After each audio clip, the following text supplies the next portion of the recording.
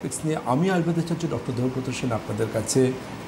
হ্যাঁ, সমস্যাটা আজকে শুনতে একটু মজার লাগতে পারে, কিন্তু এই সমস্যাটা যারা সাফার করেন তাদের কাছে কিন্তু আদৌ এটা মজার নয়। এমনকি ছোট্ট তিলের পেছনে তালও থাকতে পারে, অর্থাৎ ছোট্ট একটা সমস্যা তার অন্তর্নিহিত কোনো কারণ লুকিয়ে আছে, হয়তো বড়সড় একটা কিছু কারণ। চলুন আজকের টপিকসে সরাসরি ফিরে আসি। সেই টপিকস আজকে খুব মজার টপিক। সেই টপিক্সের নাম এত ঢেকুর কেন। এমন কিছু মানুষজন থাকেন, বিশেষ করে দেখবেন আমাদের 12 মাসে 13 পার্বণ, উৎসব মুখর আমরা বাঙালি। প্রসঙ্গত বলে রাখি, আমি পশ্চিমবঙ্গের মানুষদের শুধু বাঙালি মনে করি, অন্য কোনো জায়গার মানুষদের বাঙালি মনে করি না। তো বাঙালি মানে আমাদের পশ্চিমবঙ্গবাসী।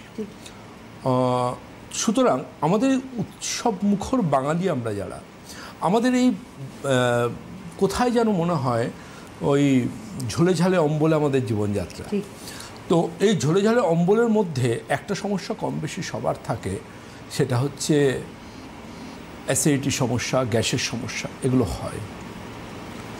কিন্তু এমনও কোনো সমস্যা থাকে যে সমস্যাটা আমাদের অনেকটা সবার কাছে ব্যক্তিত্বে আঘাত লাগে। কীরকম সমস্যা?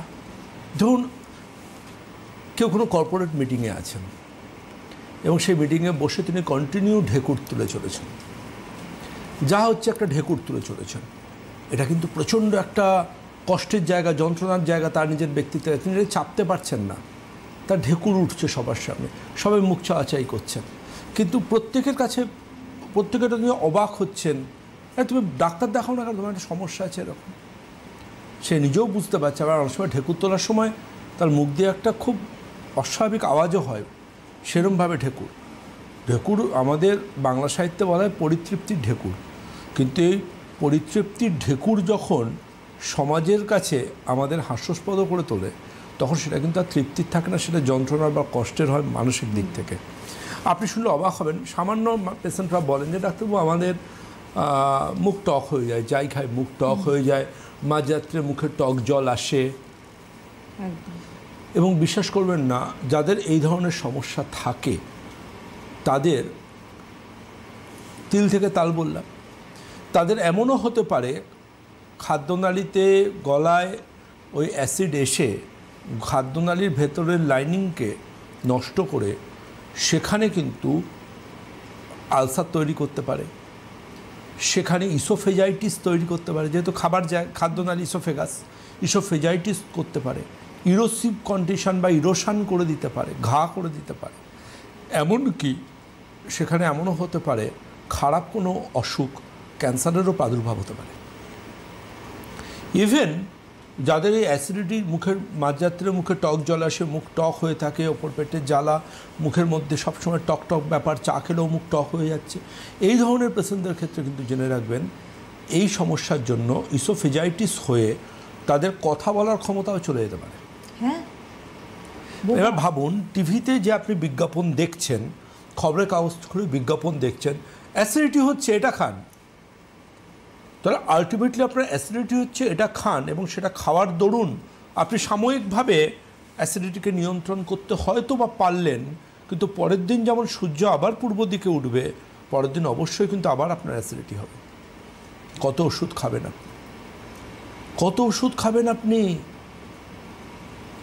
কেউ খাবার পরে গোলাপি রঙের দ্রবণ খাচ্ছেন 2 চিপি করে, এবং তিনি বুঝতে পারছেন না যে সে ক্লাস 9-এর কেমিস্ট্রির বইতে যে প্রথম অম্লমিতি ক্ষারমিতিতে যেখানে প্রথম লেখা থাকতো অ্যাসিড ও ক্ষারের বিক্রিয়ায় লবণ ও জল তৈরি হয়, পেটে আছে ডাইলুট হাইড্রোক্লোরিক অ্যাসিড, আর উনি খাচ্ছেন অ্যালুমিনিয়াম বা ম্যাগনেসিয়াম জাতীয় কোনো একটা ক্ষারীয় দ্রবণ গোলাপি রঙের, যেটার খুব করে টিভিতে উনি বিজ্ঞাপন দেখেন, এবং সেটা পেটে গেল এবং অ্যাসিডিটিকে নিউট্রালাইজ করে সল্ট অ্যান্ড ওয়াটার তৈরি করলো। কিন্তু এই যে আমাদের পেটের অ্যাসিড, এটা কিন্তু আমাদের বন্ধু।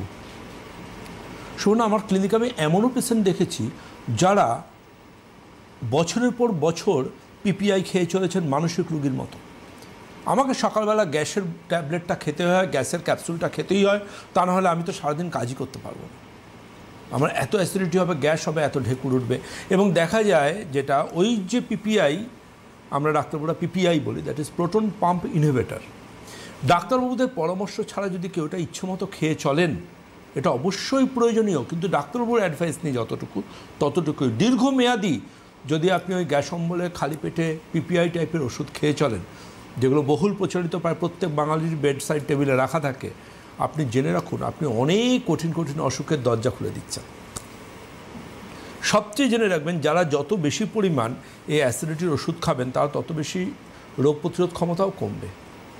কারণ আমাদের শরীরে কোনো জীবাণু যখন যায়, সেই জীবাণুটাকে মেরে দেয় কিন্তু আমাদের পেটের অ্যাসিড, যখন আমাদের শরীরে খাদ্যনালীর মাধ্যমে কোনো জীবাণু যাচ্ছে। এবার যাদের এই অ্যাসিড তৈরি ওষুধ খেয়ে খেয়ে বন্ধ করছেন, তাদের কিন্তু আলটিমেটলি ওই জীবাণুটা কিন্তু রয়ে গেল, এবং ওটা এই যে যেমন টিবি, ইন্টেস্টিনাল কক্স, ক্ষুদ্রান্তের টিবি হয়, ইন্টেস্টিনের টিবি হয়, কক্স মানে টিবি, তো ইন্টেস্টিনাল কক্স অর্থাৎ ক্ষুদ্রান্তে হয়। ওর স্টমাকে পেরোলো কী করে, যেখানে স্টমাকে এত পরিমাণ অ্যাসিড আছে। আলটিমেটলি একটা জিনিস বুঝুন, আপনি মনে করে দেখুন তো, আপনি কি ধামা চাপা দেওয়া চিকিৎসাটাকে বিশ্বাস করবেন, নিয়ে চলবেন, নাকি আপনি একজন আপনার নিয়ার বাই প্রপার একজন কোয়ালিফাইড ডাক্তারবাবুর পরামর্শ নিয়ে আপনি সঠিকভাবে একটা যে কোনো মেডিকেল সায়েন্সকে আশ্রয় করে সেটাকে নিয়ে এগোবেন? এটা কিন্তু আজ কিন্তু ভীষণ প্রয়োজন। কিন্তু আমি প্রথম যেটা বলি আমার সব পেশেন্টের ক্ষেত্রে, এই যে অবিরত ঢেকুর, কনস্ট্যান্ট ঢেকুর উঠছে, আজকে তো ঢেকুর নিয়ে আলোচনা, এত ঢেকুর কেন? আমি প্রথম বলে দেবো যে আমার কাছে আপনারা পরে আসবেন আমার কাছে আসার প্রয়োজন নেই। আগে যদি আপনার এই ঢেকুরের সমস্যা, আপনি কতগুলো জিনিস একটু মেনে চলুন তো, দেখুন তো কমে কিনা এই ঢেকুরের সমস্যা। আমার ধারণা কিন্তু কমে যাবে। প্রথম যেটা বলবো সেটা হচ্ছে, আপনি বিশেষ করে একটু সিনিয়র সিটিজেনরা যারা টিভি দেখতে দেখতে বা মোবাইল দেখতে দেখতে খাবার খান, কি মোবাইল দেখতে দেখতে যদি খাবার খান, টিভি দেখতে দেখতে যদি খাবার খান, আপনি জানবেন আপনি অনেক এয়ারকে সোয়ালো করছেন। অনেকের আবার দেখবেন, অনেক সিরিয়ালের ইয়েতে দেখায় ডাইনিং টেবিলে আলোচনা চলছে, এবং এতটাই গুরুগম্ভীর আলোচনা যে পরিবারের বড় ছেলে বা ছোটো ছেলে হয়তো খাবার ছেড়েই চলে গেল, মা তার পেছনে দৌড়লেন। দেখবেন এগুলো খুব কমন টেলিভিশনে দেখা যায়। আমি এই কারণে বলতে পারি যে আমি প্রচুর, আমার শুটিং ফ্লোর ছিল প্রচুর, পাশাপাশি ফ্লোরে শুটিং হতো, সেখান থেকে আমি অনেক দেখেছি, এবং অনেক টিভি সিরিয়ালে আমার গেস্ট অ্যাপিয়ারেন্স হয়েছে, প্রচুর টিভি সিরিয়ালে। তো আলটিমেটলি আমি সিনেমাতেও অভিনয় করেছি, গেস্ট অ্যাপিয়ারেন্স অবশ্যই, এবং সেখানেও ডাক্তার দেবব্রত সেন হিসেবে, এবং আমি আমার নামের পরিবর্তন বা পেশার পরিবর্তন করতে চাইনি, কোনো একজন জনপ্রিয় প্রথম শ্রেণীর অভিনেত্রীর চিকিৎসক হিসেবে আমি সেখানে গেছিলাম। কিন্তু সবচেয়ে ওটা কোনো অভিনয়, ওখানে আমি জীবন দর্শনের কথাই বলেছি, আয়ুর্বেদ চিকিৎসার কথা বলেছি, সেখানেও আমি আয়ুর্বেদ চিকিৎসা নিয়ে কথা বলেছি।